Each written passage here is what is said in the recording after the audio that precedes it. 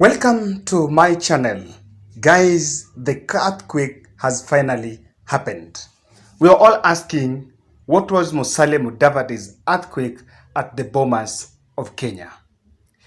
Early by 10 a.m., Musalia Mudavadi posed for a photo at his current residence with his family members, and 15 minutes to noon, Musalia Mudavadi drove to Bomas of Kenya, a triumphant entry, only him alone.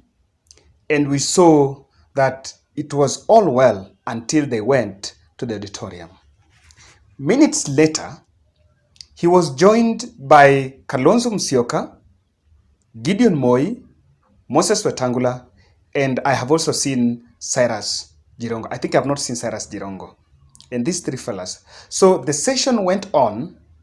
Then at around 1:30, Deputy President allies started storming in the auditorium. They were led by Aisha Jumwa, Malindi Town MP, Langata MP Nixon Korir. I've also seen the former Mombasa Senator Hassan Omar, who are really, at some point, they were members of the ANC party. What we saw later is also Deputy President joining Musalia Mudavadi at the Bomas of Kenya. Now, this makes me ask myself a question. What was Musalia Mudavadi's game plan? But while we were still pondering on that, Gideon Moi and Kalonzo Musyoka walked out of the auditorium, and it is believed they actually drove off from the Bomas of Kenya. They saw what is still called as the politics of betrayal. Interestingly, I want to read for you a post. This post was done by William Ruto because initially William Ruto attended a church service in Rongai, and when he attended that church service in Rongai, he actually spoke about this issue of he actually spoke about the earthquake by Musalia Mudavadi. And something he said was that he believes that Musalia Mudavadi's earthquake is going to bring an end to the politics of betrayal.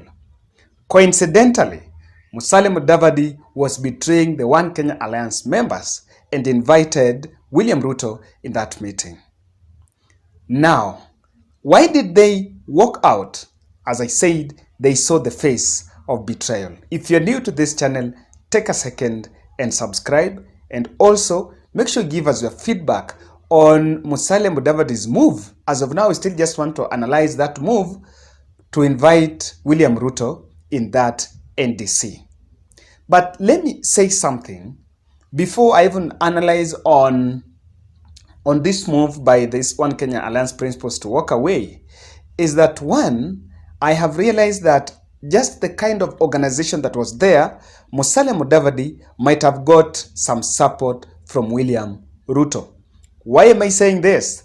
The last time William Ruto attended a Mumias Complex meeting, a Mumias Complex football event that turned political, he actually went there, and it was actually known later that is the person who funded Cleophas Malala.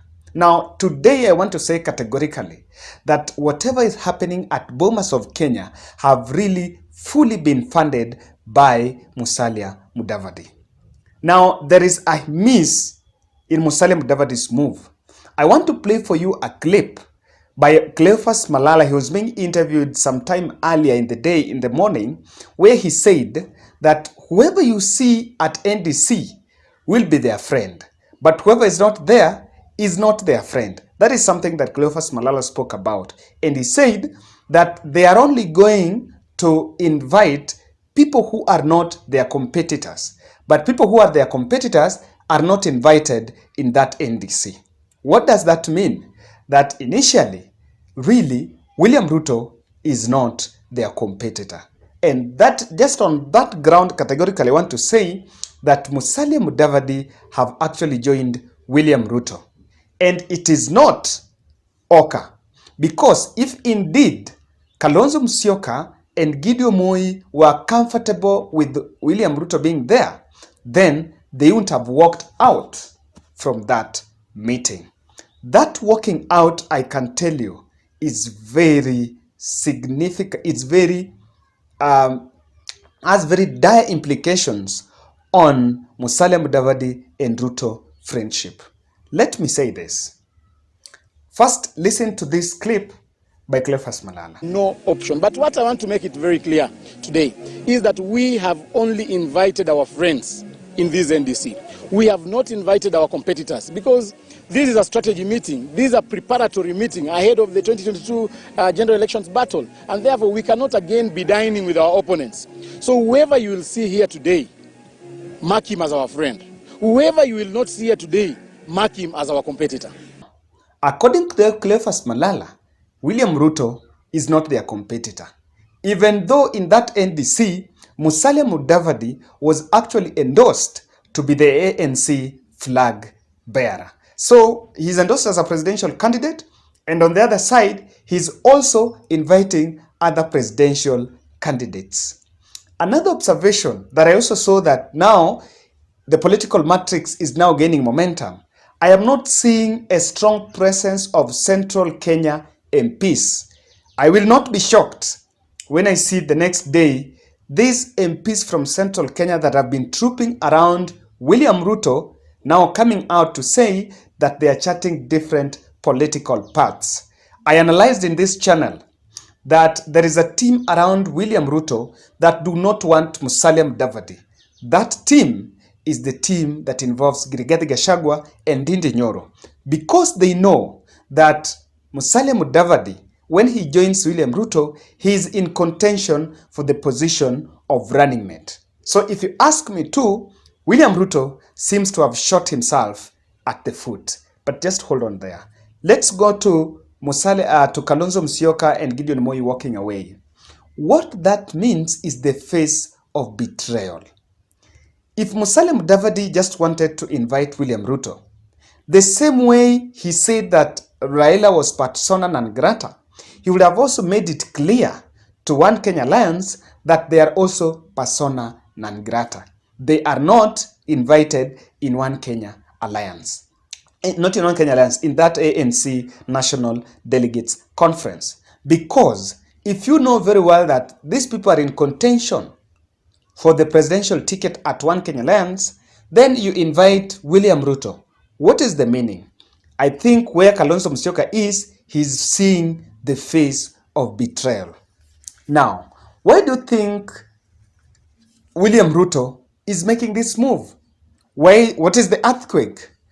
I don't know, because I really try to think this way, that Musalia Mudavadi have realized that William Ruto has a presidential machinery. William Ruto has finance and can finance campaigns. William Ruto now has the waves, and he wants to ride on the UDA wave.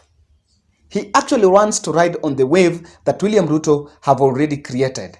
Because even if you look at ANC, how many MPs do they have?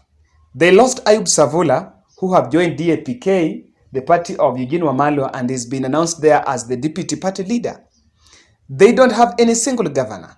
The governor from Nyamira have also ditched and pledged support to Raila Odinga in Azimio la Umoja.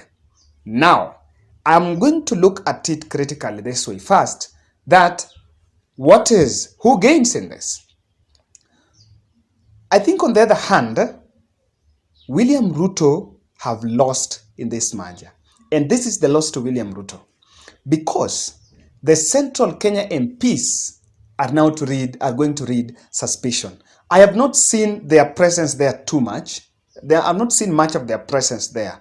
But one thing I know is that William Ruto might have maybe agreed with them and told them that Musalia Mudavadi is coming on board. The question is, as who? Then, in any case, Musalia Mudavadi is joining as a running mate, then I can tell you that William Ruto is going to lose Central Kenya.